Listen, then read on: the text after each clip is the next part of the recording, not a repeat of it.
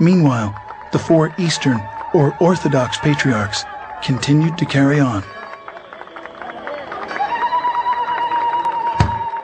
In 1517, a little-known German monk named Martin Luther, protesting certain Roman Catholic practices, nailed a 95-point thesis to the door of the Roman Church in Wittenberg. His critique started what is now known as the Protestant Reformation. Fueled by complex political, social, and economic factors, in addition to religious problems, the Reformation spread like a raging fire into virtually every nook and cranny of the Roman Catholic Church. As decade followed decade, many branches of Protestantism took various forms. Different divisions insisted they were neither Protestant nor Catholic, most wanting a less centralized form of leadership. Anyone could start their own church, which led to today's 2,600 different Protestant denominations. While many profess to being Christians, they reject the biblical data which speak of the historic church, throwing the baby out with the bathwater. Some pretended to be the New Testament church, but were seriously off base, leading many people far astray from Christ and the church. But that first church of the apostles, despite persecution, political oppression, and desertion, miraculously carried on. Today, the four patriarchates remain intact, in full communion, maintaining the original apostolic faith of the New Testament record. The holiest two Christian shrines, the Nativity, where Jesus was born, and the Sepulchre, where Jesus was buried and resurrected, are still protected to this day by the Orthodox Church.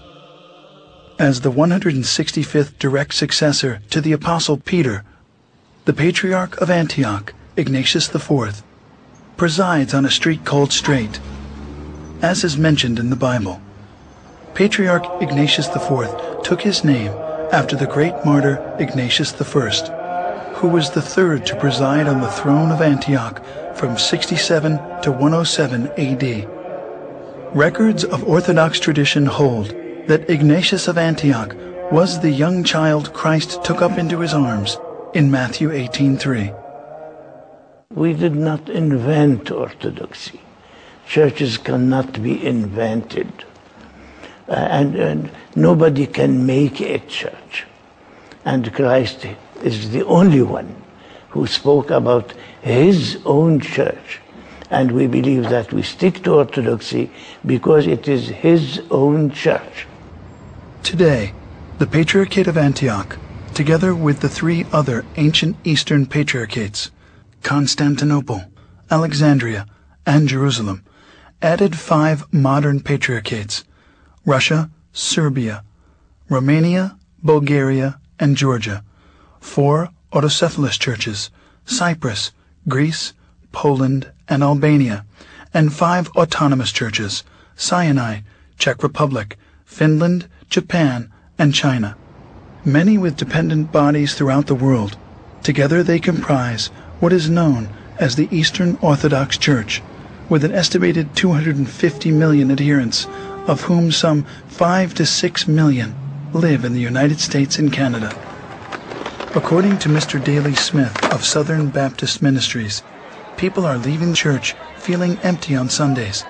They are not being lifted spiritually. Similar reports come from Europe and South America, where church members are simply dropping out. My parents raised me Baptist, and it wasn't ever really doing it for me. They used to make me go to church every Sunday, and now I just kind of don't believe in anything. I take what I want to out of the Bible and out of the Word, and I pray on my own, and I just don't really feel that I need one man, a pastor or a priest to give me that word. I think it's my relationship with God and my relationship with Christ, and no man, I feel, has one word to say about it. We don't go to church on Sunday to listen to a lecture or a sermon. We go to church to be sanctified, to experience this holiness which is in the divine liturgy. And if you go to church and don't experience this sense of the holy, then you leave the church without without what the American psychologist William James said, without a spiritual experience. And we go to church to have a spiritual experience and be in communion, not only with God, but with each other. Orthodox service is a celebration. A few have discovered the original church and are converting to Orthodoxy. In 1987, about 20 parishes of former evangelicals embraced the Orthodox faith. I chrismated them and ordained them, and they are an integral and very important part of the Archdiocese today.